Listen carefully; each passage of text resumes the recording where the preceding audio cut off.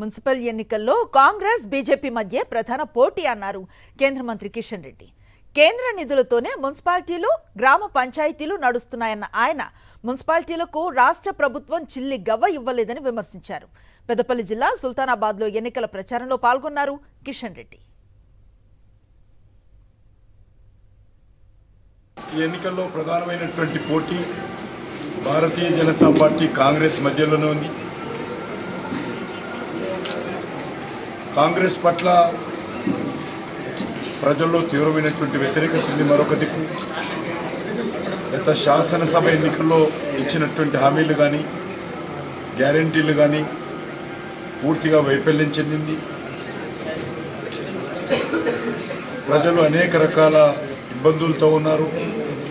మున్సిపాలిటీలో కనీసము శానిటేషన్ సిబ్బందికి జీతాలు ఇవ్వలేనటువంటి పరిస్థితుల్లో, వీధి లైట్లు కాలిపోతే కొత్త బల్బులు వేయలేనటువంటి ఆర్థిక ఇబ్బందుల్లో ఈరోజు మున్సిపాలిటీస్ ఉన్నాయి.